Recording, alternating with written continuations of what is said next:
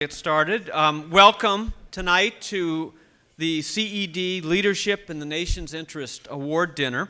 For those of you I've not met, I'm Steve Odland, the CEO of the Committee for Economic Development, and we're very pleased tonight to be here to recognize Rich Kramer, one of our nation's great business leaders. I want to start by thanking our partners tonight who are recognized on the screen next to me. Without this group of people who have supported our policy conference and our dinner, we wouldn't be eating tonight. So thank you to the Eris Group, Dow Chemical, Duke Energy, Ewing Marion Kauffman Foundation, EY, Facebook, John Carroll University, Kaplan, McKinsey, NASCAR. Without NASCAR, we wouldn't be drinking tonight. The National Association of Manufacturers, the PNC Group, Sherwin-Williams, State Street, and Wessel. And then finally, of course, thank you to Goodyear. Business statesmanship is really at the forefront of what CED does. We have been around for nearly 75 years, and we've been a group of CEOs who have operated in the nation's interest. You know, business statesmen and stateswomen take an expansive view of their responsibilities. These are folks who run their businesses. They are folks who do the right thing for their customers, for their employees, and for their owners, but they also engage in their communities. And it's really important in this time where we have such divisiveness, especially in our political environment, that we have leaders in the business world who bring together the communities and bring together our politicians. You know, CED was founded in 1942 at the height of World War II when a group of business leaders came together and formed the Committee for Economic Development and then proceeded to do the work that went into the Marshall Plan to rebuild Europe and the Bretton Woods Agreement, which established the IMF and the World Bank. So our organization has a great and proud history, but I think our most important work is what we do today in a very tumultuous time. Rich Kramer is the chairman, president, and CEO of Goodyear Tire and Rubber Company. He is the quintessential business statesman and is very deserving of this award.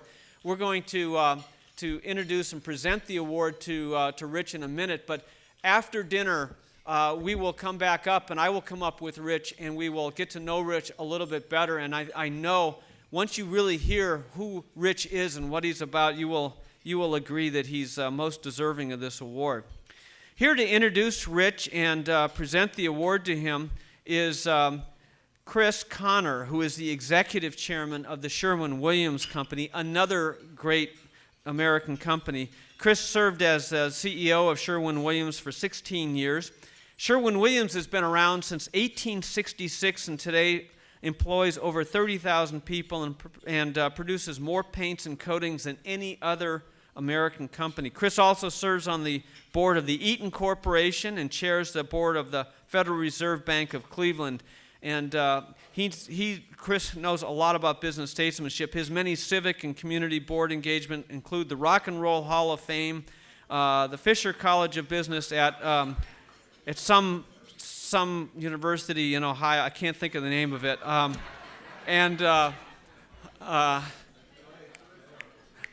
As a Notre Dame guy, you have to forgive me for that. I can't. It's the Ohio State University, and then the Greater Cleveland Partnership. Please welcome Chris Conner.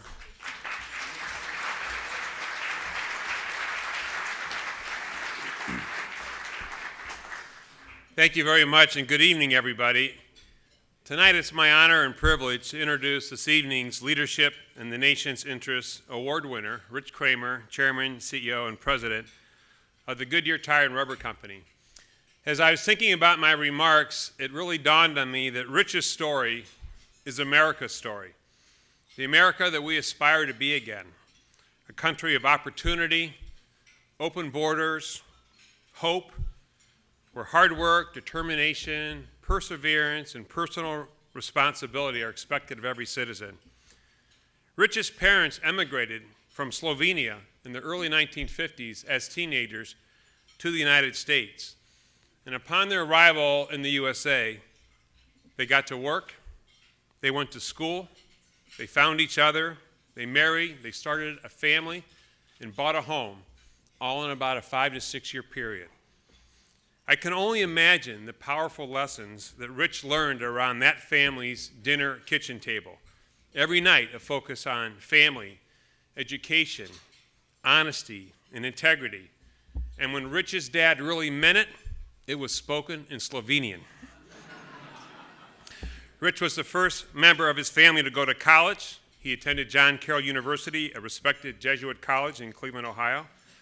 While there, Rich was a standout soccer player, inducted into the John Carroll Sports Hall of Fame, earned a business administration degree, and perhaps the most important thing he accomplished in college is he met the love of his life, his wife Chris, and they've been married together for 29 years. Rich's bio is included in this interesting brochure at your table, so I won't go through any of those details, but in short, his Goodyear run is fairly impressive. He joined Goodyear in 2000 as the Vice President of Corporate Finance. In 2004, a very short time, he was promoted to CFO. Again in 2007 to President of Goodyear Tire North America, their largest operating segment. And again in 2010 to his current role as CEO of the company. So while Rich's advancement through this organization is impressive, even more so are the results that he's been able to generate with his team during this time period. Earnings have doubled since he took over as CEO. The company is operating at all-time numerous high financial records in its 118-year history. Goodyear is a strong, viable market leader in the tire industry, again, thanks to Rich and his team's efforts. Rich and his wife, Chris, are doing a terrific job of raising the third generations of Kramers in America. They have 4 children. They all attended Jesuit high school. 2 have already graduated from Jesuit colleges, Boston College and John Carroll. The 3rd will graduate from Boston College next month. And the 4th one is a sophomore at Wake Forest. Finally, one of them escaped the Jesuits. Go Demon Deacs. As you'd expect, Rich is very active in the Akron community. He serves on the board of all the important civic organizations. He and his wife have been very active at their alma mater, John Carroll University, with their time and treasure. They've donated significant funds to that school. Rich has served as the past president of the Rubber Manufacturers Association. He sits on the board of the Sherwin-Williams Company, the Business Council, and of course, the Committee for Economic Development. The fact that I'm actually standing here tonight to introduce this good man, this Goodyear executive, my friend and factually my boss, is somewhat improbable. In fact, it would be very disappointing to my parents to know that I was here tonight. I grew up in Akron, Ohio, too.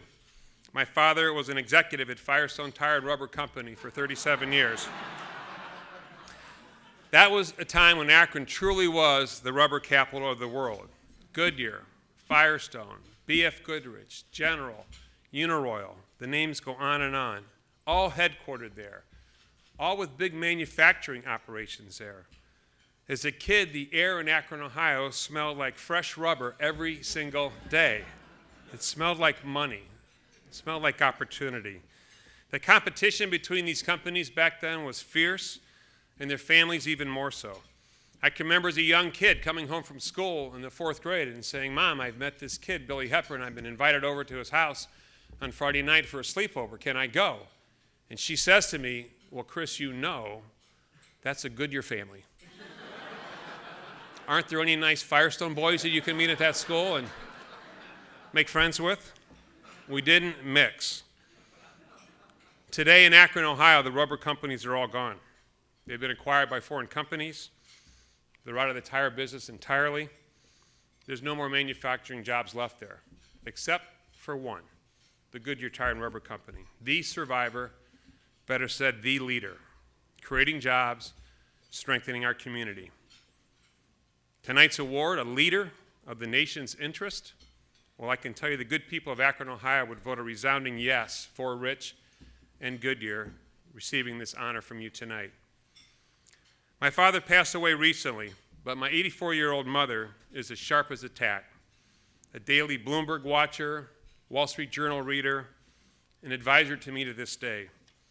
When I told her that I was inviting Rich to join the Sherwin-Williams board a few years ago, she replied, "Chris, aren't there any nice Firestone CEOs that you can play with?"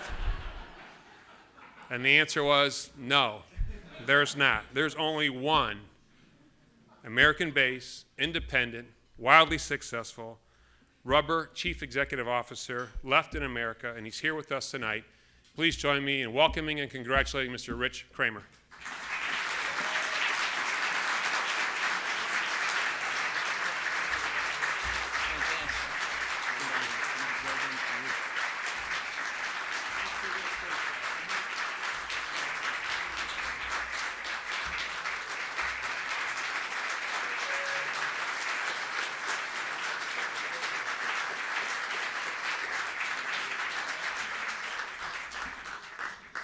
Wow, what can you say after that? I'll tell just one other funny story on Chris before I thank Steve, and that is that, Chris said his dad was with Firestone for 37 years, and he's proud to say, in the Connor family, they never had a good year. They had a great year, they had a spectacular year, but they never had a good year, so never once. So.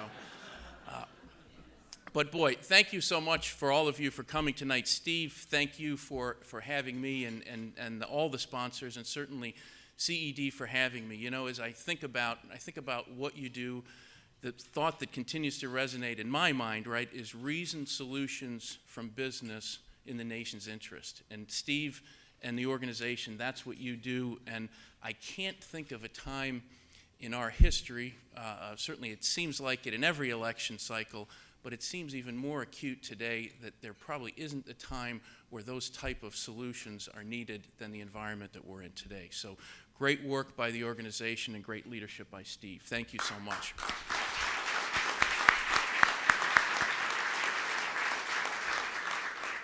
And Chris, what can I say? You got a glimpse of Chris's personality here.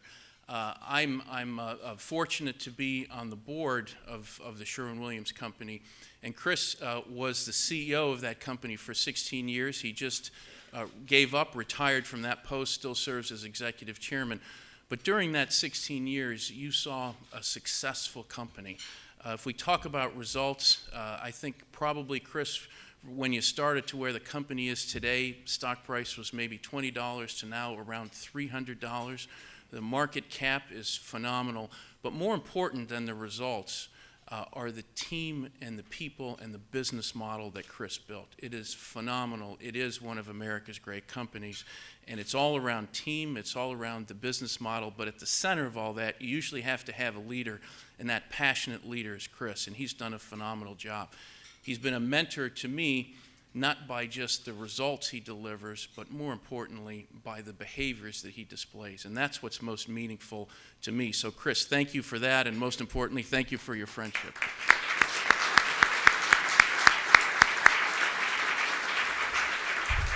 Now, Steve mentioned that Sherwin-Williams is celebrating its 150th anniversary this year of existence. That's phenomenal. So Goodyear at 118 years, I feel like a startup, right? We're a startup company here. And it's a good place for me to start my remarks today, because I'll be very brief, but when companies like Goodyear or Sherwin-Williams or so many others started, the notion of unicorns, that was sort of a fantasy creature, and going viral sort of referenced the flu epidemic going around, right? It's a different world today. Companies have come, they've gone, they've been bought, sold, and it always causes me to ask myself the question in my role, how does a company like Goodyear manage to last? What separates companies that endure from those companies that don't? And I look at Goodyear. We're a global company based in Akron, Ohio, a decision we consciously made when we put our new headquarters there about 2 years ago to stay there. We're a company that, as Chris mentioned, is the last U.S. rubber company, last major tire company in the U.S. Another way to say it is all our competitors are from foreign lands, including about 400 some tire companies from China. Sort of sketches the landscape today versus those sort of top 5 or 6 that Chris mentioned that were in Akron before. We're a company that sells our product in virtually every country in the world. We've got about 50 manufacturing facilities in 22 countries. And you'd be right to say that our brand is pretty well known everywhere around the world, not only for our tires, truck tires, passenger tires, aircraft tires, aviation tires, motorcycle tires, you name it, we make them, but also for our world-famous Goodyear blimp. And you'd also be right to say after a company's been around as long as us, we've developed our culture around innovation, around quality, around adaptation, adapting to the markets, around reinvention. All those type of things are who we are. And you'd also be right to say, being around 100 years, we've had a lot of firsts. We had the first all-weather tire, the first tubeless tire. We actually had the first conveyor belt. We had the first run-on flat tire. Many of you have those on your cars today. We invented that. And we had the first tire that went to the moon. So we've got a lot of firsts and a lot of things that I think, certainly from a product perspective, we're known for. But if I were to take a step back and say, what are the other things we're known for? What goes beyond product? Over 100 years ago, Goodyear started the Goodyear Relief Organization. That helped our associates many years ago when they were ill, when they had injuries. We started that as a way to help them. In 1916, we started the first pension plan. In 1950, we rolled that pension plan to cover all of our associates. And in terms of environmental focus and sustainability, Goodyear recognized soil and water conservation back in 1947 with the Goodyear Conservation Award. And certainly over our history, we funded many organizations in terms of research and development, science studies, as well as free enterprise.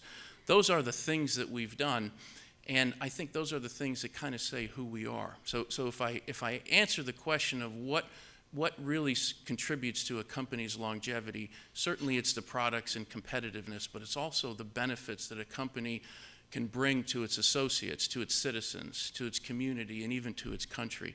And I would say that's one of the things that we're most proud of at Goodyear and why we are still here 100 years later.